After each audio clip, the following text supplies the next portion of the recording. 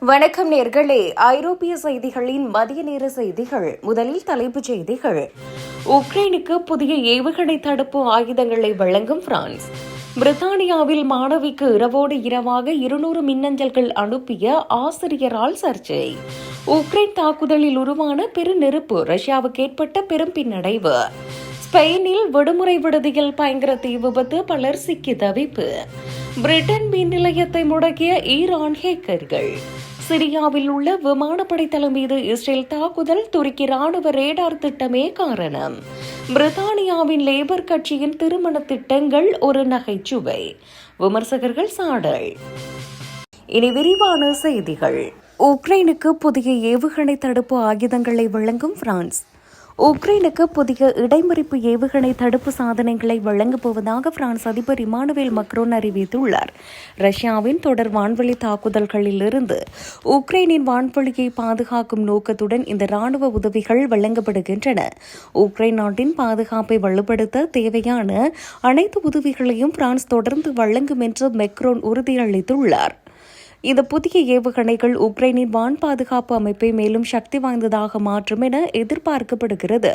உக்ரைனுக்கு ஆதரவாக ஐரோப்பிய நாடுகள் மேற்கொண்டு வரும் பாதுகாப்பு முயற்சிகளில் பிரான்ஸ் தொடர்ந்து முக்கிய பங்காற்றி வருகிறது. போர்க்களத்தில் பாதிக்கப்பட்டுள்ள உக்ரைனுக்கு இந்த நவீன ஆயுதங்கள் பெரும் பலமாக அமையும் என ராணுவ வல்லுநர்கள் தெரிவித்துள்ளனர். பிரித்தானியாவில் மாணவிக்கு இரவோடு இரவாக 200 மின்னஞ்சல்கள் அனுப்பிய ஆசிரியரால் சர்ச்சை.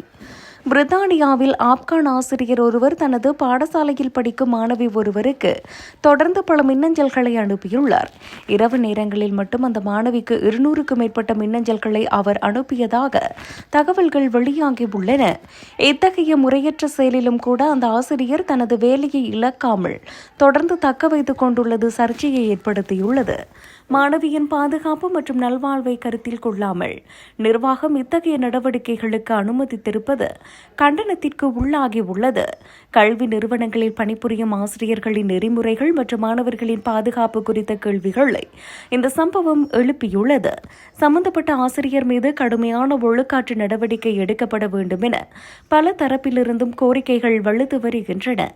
இந்த விவகாரம் கல்வித்துறை மற்றும் ஆசிரியர் சமூகத்தினரிடையே பெரும் விவாதத்தையும் அதிர்ச்சியையும் ஏற்படுத்தியுள்ளது.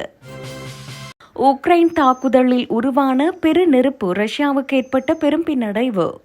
உக்ரைன் நடத்திய தீவிர ட்ரோன் தாக்குதல்களால் ரஷ்யாவில் உள்ள முக்கிய பெருங்குடோன்கள் தீயில் எரிந்து சாம்பலாகியுள்ளன. மாஸ்கோ மற்றும் அதை சுற்றியுள்ள பகுதிகளில் அமைந்துள்ள முக்கிய தளங்களை இலக்காக கொண்டு இந்த வான்வெளி தாக்குதல்கள் நடத்தப்பட்டுள்ளன.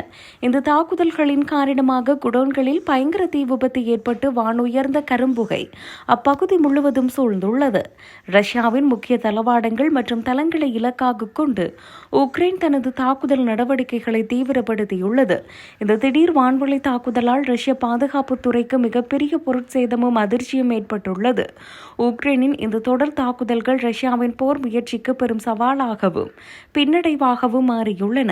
உக்ரைன் எல்லைப் பகுதிகளில் பாதுகாப்பு அதிகரிக்கப்பட்டுள்ள நிலையில் இந்த வான்வெளி தாக்குதல்கள் போரின் தீவிரத்தை மேலும் அதிகரித்துள்ளன. ஸ்பெயினில் விடுமுறை விடுதியில் பயங்கர தீ விபத்து, பலர் சிக்கி தவிப்பு. ஸ்பெயின் நாட்டின் புறம்புல விடுமுறை தீவான மடோர்காவில் உள்ள அடுக்குமாடி குடியிருப்பு பகுதியில் திடீரென பெரும் தீ விபத்து ஏற்பட்டுள்ளது. இந்த தீ விபத்து காரணமாக கட்டிடத்திற்குள் பலத்த புகைமூட்டம் பரவியதுடன் சில குடியிருப்பாளர்கள் வெளியேற முடியாமல் சிக்கிக் கொண்டனர். உடனடியாக பாதுகாப்பு படையினரும் காவல்துறையினரும் மற்றும் தீயணைப்பு வீரர்களும் சம்பவ இடத்திற்கு விரைந்து சென்ற மீட்பு பணிகளில் ஈடுபட்டனர். தீ விபத்தில் சிக்கி பாதிக்கப்பட்டவர்களில் சிலர் புகை காரணமாக மூச்சு திணறல் ஏற்பட்டு மருத்துவமனையில் அனுமதிக்கப்பட்டனர். ஆபத்தான சூழலில் சிக்கியவர்களை மீட்கும் பொருட்டு தீயணைப்புத் துறையினர் தீவிர நடவடிக்கைகளை மேற்கொண்டு நிலைமையை கட்டுக்குள் கொண்டு வந்தனர். இந்த திடீர் விபத்து அப்பகுதியில் உள்ள சுற்றுலா பயணிகள் மற்றும் உள்ளூர் மக்களிடையே பெரும் அச்சத்தையும் பரபரப்பையும் ஏற்படுத்தியது. பிரிட்டன் மின் நிலையத்தை முடக்கிய ஈரான் ஹேக்கர்கள். ஈரான் நாட்டைச் சேர்ந்த ஹேக்கர்கள் பிரிட்டன் நாட்டின் முக்கிய மின் நிலையம் ஒன்றின் மீது இணையவழி தாக்குதல் நடத்தி அதனை முடக்கியுள்ளனர். இந்த சைபர் தாக்குதல் காரணமாக மின் நிலையத்தின் செயல்பாடுகள் பாதிக்கப்பட்டு பாதுகாப்புத் துறையில் பெரும் அதிர்ச்சியை ஏற்படுத்தியுள்ளது. நாட்டின் மிக முக்கியமான கட்டமைப்பு தளங்கள் குறிவைக்கப்பட்டுள்ளதால் பிரிட்டன் அரசு சைபர் பாதுகாப்பை தீவிரப்படுத்தியுள்ளது. இந்த தாக்குதலுக்கு பின்னால் உள்ளவர்கள் குறித்தும் அவர்களின் நோக்கங்கள் குறித்தும் புலனாய்வுத் துறையினர் தீவிர விசாரணை நடத்தி வருகின்றனர். முக்கிய உள்கட்டமைப்பு நிறுவனங்கள் மீது இதுபோன்ற தாக்குதல்கள் நடப்பது சர்வதேச அளவில் பெரிய கவலையை உருவாக்கியுள்ளது.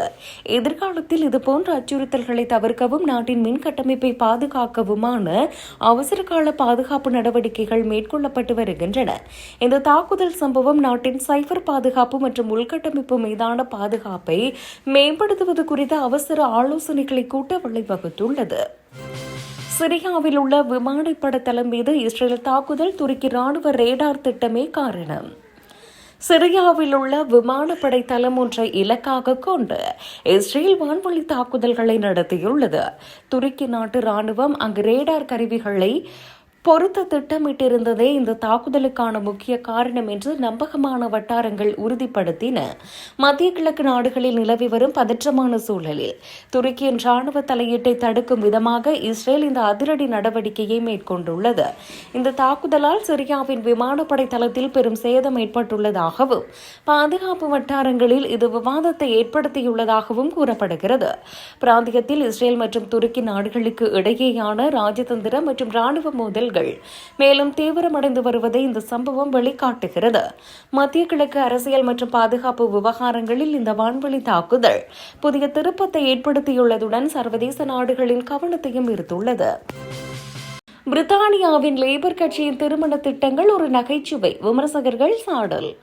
பிரித்தானியாவின் லேபர் கட்சி முன்மொழிந்துள்ள புதிய திருமண சட்ட பிரித்தானியாவின் லேபர் கட்சி முன்மொழிந்துள்ள புதிய திருமண சட்ட திட்டங்கள் கடுமையான விமர்சனங்களுக்கு உள்ளாகியுள்ளன.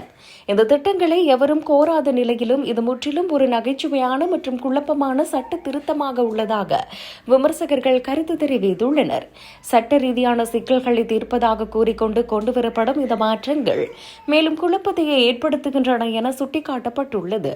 அரசியல் களத்தில் இந்த விவகாரம் பெரும் விவாதப் பொருளாக மாறியுள்ளதுடன் எதிர்க்கட்சிகள் லேபர் கட்சியின் கொள்கைகளை கடுமையாக சாடி வருகின்றன. குடும்ப சட்டங்கள் மற்றும் திருமணம் தொடர்பான விதிகளில் இத்தகைய அவசர மாற்றங்கள் எவ்வித பலனையும் தராது என பலரும் வாதிடுகின்றனர். பொதுமக்களின் உண்மையான தேவைகளை பூர்த்தி செய்யாமல் தேவையற்ற சட்ட திருத்தங்களில் அரசு கவனம் செலுத்துவதாக பரவலான குற்றச்சாட்டுகள் எழுந்துள்ளன. ஜெர்மனியிடமிருந்து புலம்பெயர்ந்தோரை ஏற்றுக்கொள்ள மாட்டோம் என ரோம் அறிவிப்பு. ஜெர்மனியிலிருந்து அனுப்பப்படும் புலம்பெயர்ந்தோரை ரோம் அரசு திரும்ப பெற்றுக் கொள்ளாது என இத்தாலியின் துணை பிரதமர் மேட்டியோ சல்வினி திட்டவட்டமாக தெரிவித்துள்ளார். ஐரோப்பிய நாடுகளுக்கு இடையேயான குடியேற்ற கொள்கை மற்றும் அகதிகள் விவகாரத்தில் இத்தாலியின் இந்த அதிரடி நிலைப்பாடு பெரும் விவாதத்தை ஏற்படுத்தியுள்ளது. நாட்டின் எல்லை பாதுகாப்பை வலுப்படுத்துவதிலும் சட்டவிரோத குடியேற்றத்தை கட்டுப்படுத்துவதிலும் இத்தாலி அரசு உறுதியாக இருப்பதாக அவர் சுட்டிக்காட்டினார். ஐரோப்பிய ஒன்றியத்தின் பிற நாடுகளும் அகதிகள் பகிர்வு விவகாரத்தில் மோதல் போக்கு அதிகரித்து வரும் சூழலில் சல்வினியின் இந்த கருத்து வந்துள்ளது. ஜெர்மனி மற்றும் இத்தாலி நாடுகளுக்கு இடையேயான ராஜதந்திர உறவுகளில் இந்த விவகாரம் புதிய உரசல் போக்கை உருவாக்கியுள்ளது. ஐரோப்பிய அளவில் அகதிகள் நெருக்கடிக்கு தீர்வு காணப்பட வேண்டும் என்ற கோரிக்கையை இத்தாலி தொடர்ந்து வலியுறுத்தி வருகிறது.